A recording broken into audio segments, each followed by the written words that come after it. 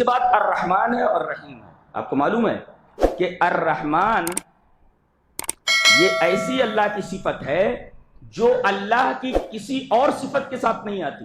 یا تو تنہا آئے گی یا آئے گی تو الرحیم کے ساتھ آئے گی. پورا قرآن اب دیکھ رہے ہیں. یہ اللہ کی ایسی صفت ہے جو تنہا آتی ہے, تنہا, اور اگر مل کر آتی ہے تو صرف اللہ کی تمام صفات میں صرف ایک صفت کے ساتھ مل کر آتی ہے, وہ رحیم ہے. دیکھیے الرحمن کہاں ہے؟ الرحمن علم القرآن, وہاں تنہا صفت آئی ہے, وہاں کسی اور صفت کا ذکر نہیں کیا گیا.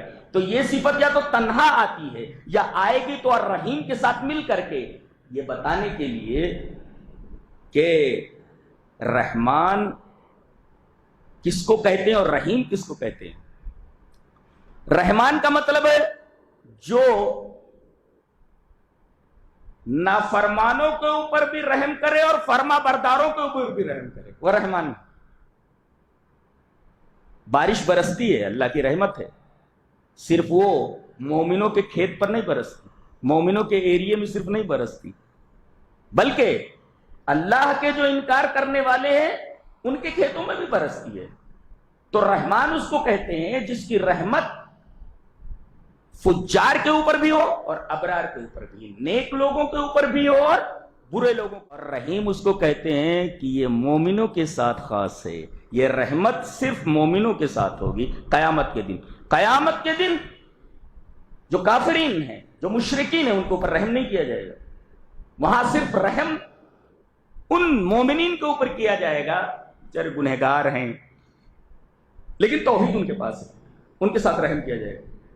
بقیہ کافرین, منکرین, مشرکین, ان کے ساتھ قیامت کے دن رحم کا برتاؤ نہیں ہوگا. ایک مطلب تو یہ وہ رحمان ہے, فرما برداروں کے اوپر بھی رحمت کرتا ہے اور نافرمانوں کے اوپر بھی رحمت کرتا ہے. اور وہ رحیم ہے, یہ رحمت خاص ہے مومنوں کے ساتھ کہ قیامت میں صرف مومنوں کے اوپر رحمت ہوگی. سو رحمان اور رحیم. ایک مطلب اور بھی ہے, رحمان جو ہے یہ عربی کے وزن فعلان پر ہے, فعلان کا وزن ہے, اور فعلان کے وزن پر جب کوئی صفت آتی ہے تو وہ صفت کی انتہا کو بتاتی ہے. یعنی رحمان ہے, رحم کی ساری ڈگریز اور ساری حدیں وہاں ختم ہو گئی ہیں. اتنا رحمان, اتنا رحم والا ہے کہ رحم کی ساری ڈگریز اس کے اوپر ختم ہو گئی ہیں, اتنا رحم والا ہے. گویا رحمت کا ایک سمندر ہے جو بہ رہا ہے. ایک تمثیل ہے وَلِلَّهِ الْمَثَلُ الْأَعْلَىٰ کہ سمندر ہے رحمت کا, وہ بہ رہا ہے اور پوری کائنات سیراب ہو رہی ہے. اب سوال یہ پیدا ہوا, رحمت کا یہ سمندر کبھی ختم ہو جائے گا, سوکھ جائے گا؟ تو رحیم سے اس کا جواب دیا گیا کہ نہیں, یہ رحمت کبھی بھی ختم ہونے والی نہیں, اور رحمت کا یہ سمندر کبھی بھی سوکھنے والا نہیں, رحمت کا یہ کنواں کبھی بھی سوکھنے والا نہیں.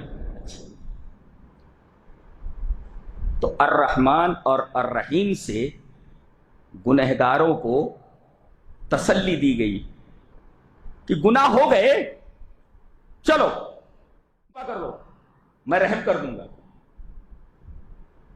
گنہگاروں کو تسلی دی گئی کہ میری رحمت سے مایوس مت ہونا. مان بعد مالک یوم الدین لایا گیا.